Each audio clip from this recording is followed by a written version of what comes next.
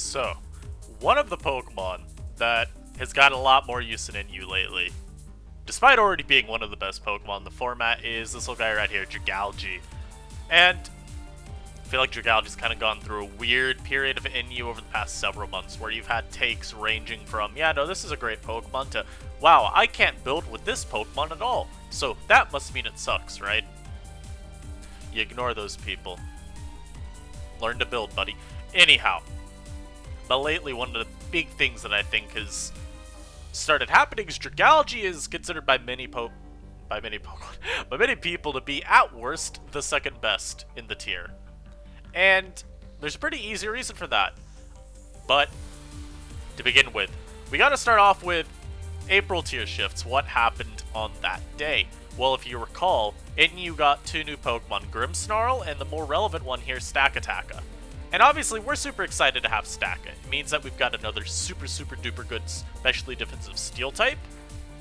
And that's absolutely huge in a tier that generally doesn't get a whole lot of steel types. You know, you look at it in use history and what, we've had like Steelix, Ferroseed, Sylvalley's Steel, Klinklang, Togedemar, you know, not really premier defensive options. And one of the big things that immediately happened was Stakataka just establishing itself as probably the best defensive steel type. I think you could still make arguments for Caparaja and even a Scavalier if you want to go that route. But Stakataka really surged in usage super hard right at the beginning, and as a result, people are going to naturally look for ways to counteract that. You know, people are always on the move for finding that new way to break open the most commonly spammed defensive cores. And Dragalge is one of those Pokemon. Now, Dragalge is one of the best breakers in the tier, one of the best pivots, and it is, in particular, enjoying several things that have happened over the past... How many months is that? 5? Yeah. Bronzong left in January. Obviously, that's huge, because Dragalge had to go for, like, Shadow Ball if it wanted to actually target Bronzong. That's pretty cringe. And dropping a Stakataka has now made Focus Blast Dragalge actually just incredible. You look at a Pokemon that now is able to look at the Steel type most commonly used and be like, oh, cool. I get to just focus on Okoyu.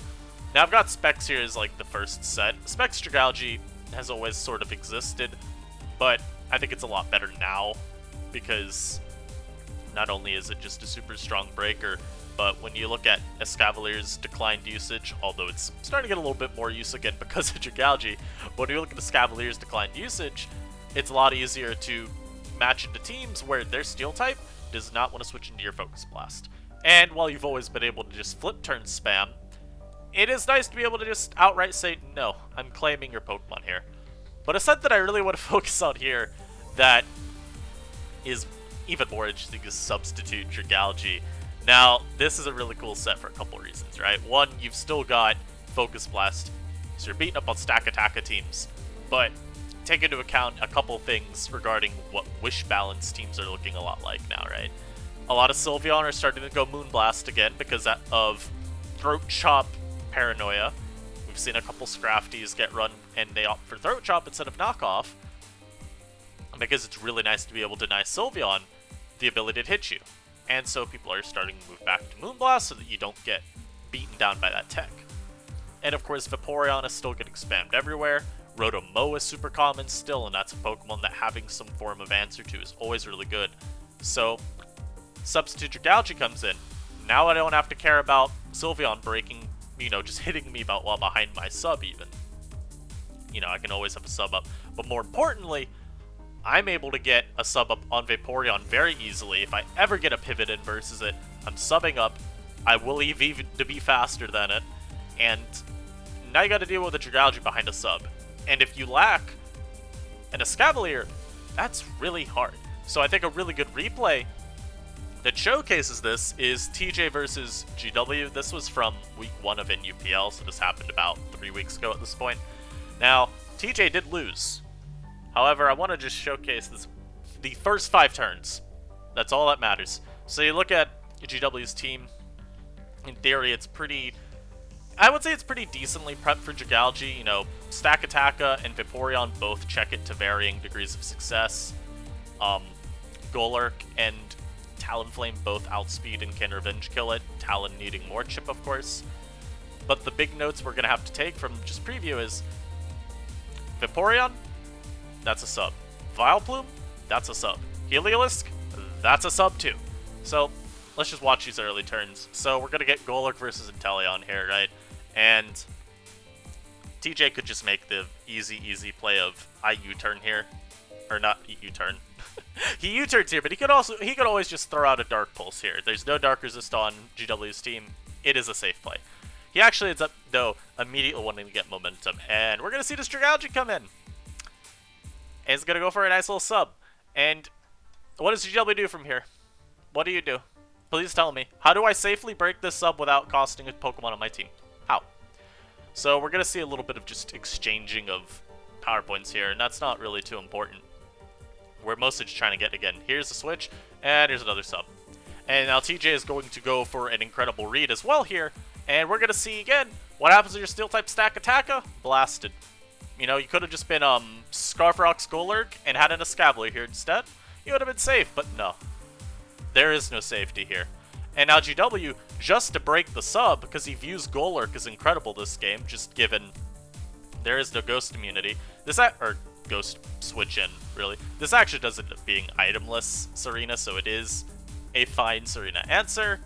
But point being, GW views Golurk as more relevant, so he chooses to just use Talonflame as his means to get past the substitute. And just from turn 7, GW's down 2 Pokemon. And what actually ends up happening in this game is Dragalge doesn't even put in much more work from here, which is a little wild to me given there's 3 Pokemon it beats. But what we end up seeing eventually is just this Mon gets thrown away. I don't even know where, because he gets a hit off on this. Oh, did he sub? No, he Dracoed. Okay. We didn't U-turn on Vapo that time. We Dark Pulsed again. Ah, he sacked. That's what happened. He just sacked it to Golurk. Okay, I was wondering how that happened for a while, I'll be honest.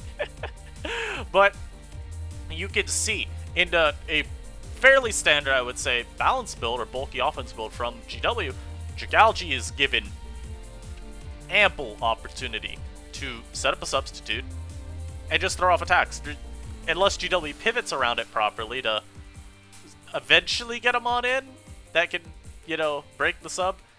You know, he's got to bait the Draco special attack drop and then go like... I don't know. Because nothing really wants to stay inverse. I guess you bait the special attack drop with your Stacka and then pivot back to Golurk. And then Earthquake it. Draco will only do like half, which is still absolutely terrible. We've taken half our health just to break us up, but point stands. He has to do that, and Dragalge, being bad to sub, is given a lot of leeway with its aggressiveness. You can make really hard reads, like TJ did in that replay. Focus the stack attack, immediately get rid of GW's best switch into it. And then he's forced to go Talonflame, because Talonflame's kind of bad in that game. Just Aerodactyl plus Sylveon's going to make it, so you don't make a lot of progress there. And then he has to go Talon, sack that, and you're still staring it down to Dragalge. That walls like 3 of your last 4. TJ plays that game like a modicum better than he's winning always.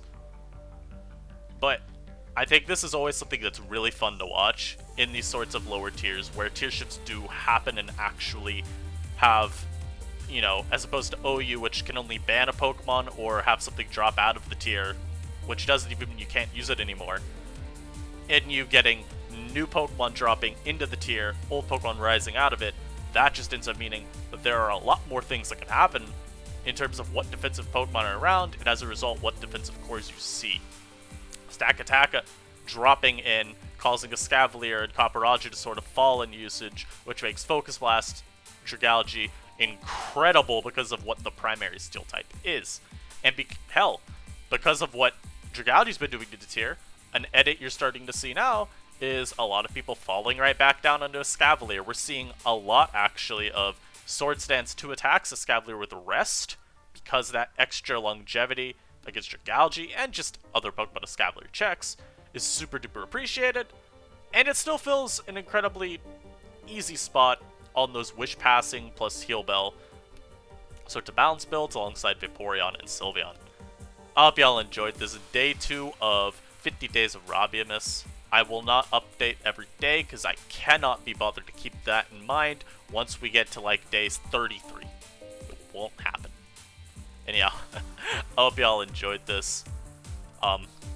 What should y'all expect in the future? I don't know. I might start up a Let's Play. That just sounds like a fun way to get some of these days done without me having to think as much. I'll probably ladder. I'll probably do more of these Pokemon Spotlights. I'll probably talk about really whatever. I hope y'all enjoyed. I'll catch y'all next time. Peace.